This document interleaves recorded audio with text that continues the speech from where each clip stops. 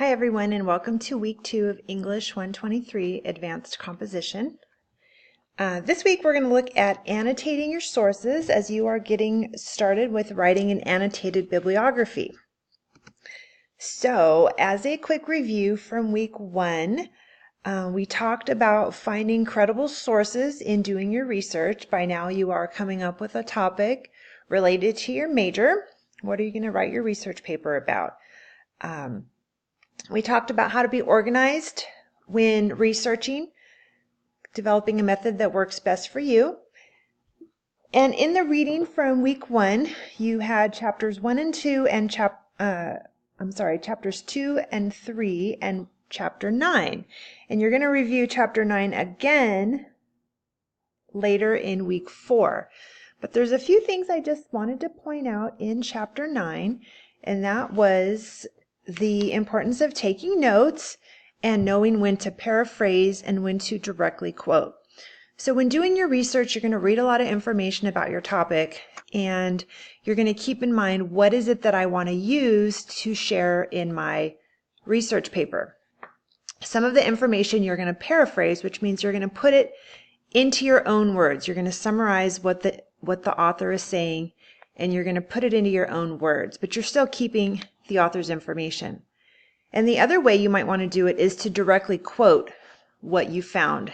And that would be done because you can't say it any better. The way that the author says it is exactly as you want it to be said. So you're going to put quotation marks around that.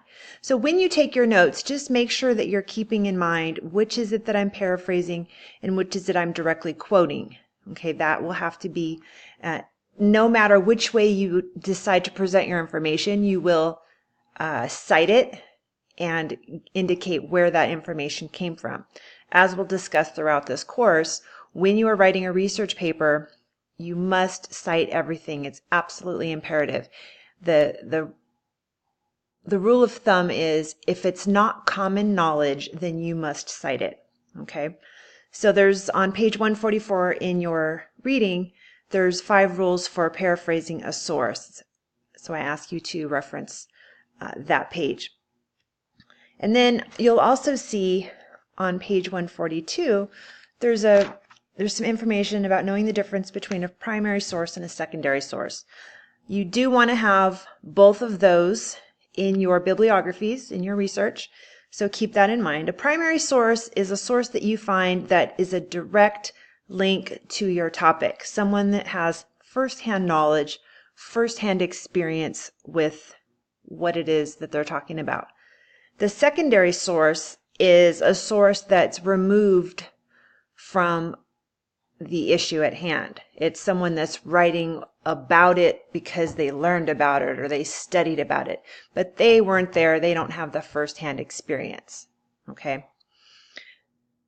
And then the last thing I want to talk about in our review, and a very, very important issue, is plagiarism. Okay. It's sometimes it's done accidentally, and I just want to remind you, you must be mindful at all times to cite where your sources came from.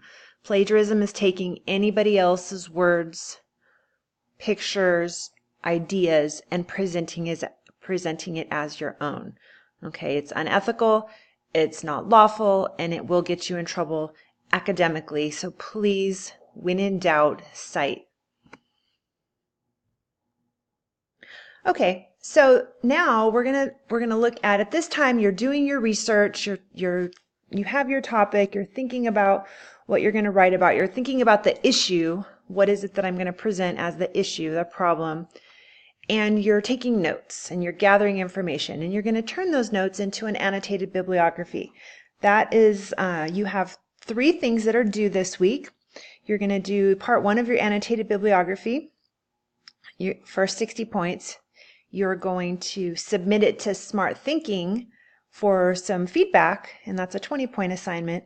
And then you're going to begin writing an outline of your topic. So as you're taking these notes, you're going to figure out, how can I organize this into an outline with which to then turn into my research paper. So in the activities, you're going to review the lesson to see what it is you want to cover in your annotation. Keeping in mind, it must be in paragraph form, not not bullet form, not note form. It's going to be almost like you're writing a little mini report of information. Okay, this week you're going to turn in 2 annotated bibliographies. So that means 2 sources. And what you do is you have a title, then you're going to write your bibliography entry, author's last name, comma, first name, title of source, publisher, year, blah, blah, blah, depending on whether you're doing MLA or AP, use the proper format. And then in your 1-page write-up, 1 paragraph will be a summary of what is in that source that will be helpful for you. And the second paragraph is your analysis. How is it that you can use this information relative to your topic?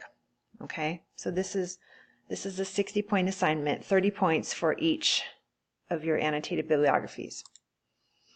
The rubric is in your learning activities, so just a quick review here to figure out how these 60 points will be assessed. We're looking at the requirements, we're looking at your summary and analysis. Don't forget to do both, and it tells you in your fine print here what to cover in your summary, what to cover in your analysis.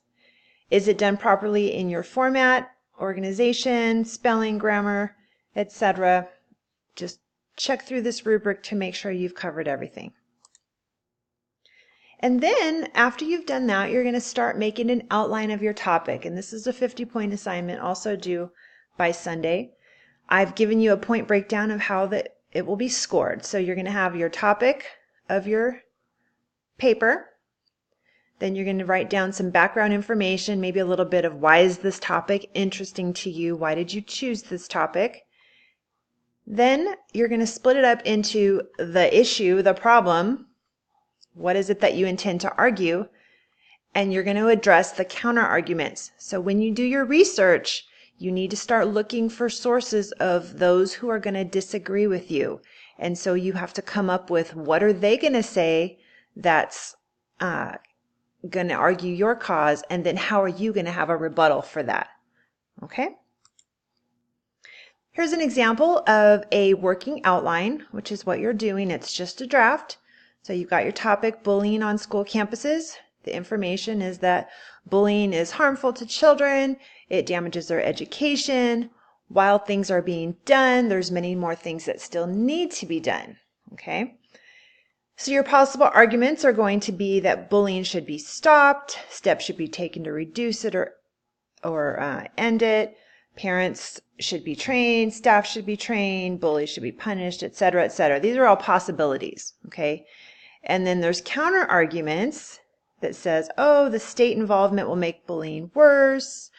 There's all kinds of things of what would people that disagree with you say in bullying, okay? And then I just want to remind you, do not forget to submit your annotated bibliography to Smart Thinking for feedback. It does take about 1 to 2 days to get their response. So you need to send a screenshot in that you've submitted it. But when you get the response from Smart Thinking tutors back, please use it as consideration for revisions for your future. Okay? And that's it. I hope you have a great week. Don't hesitate to get back to me if you have any questions, and we'll get through this. Take care.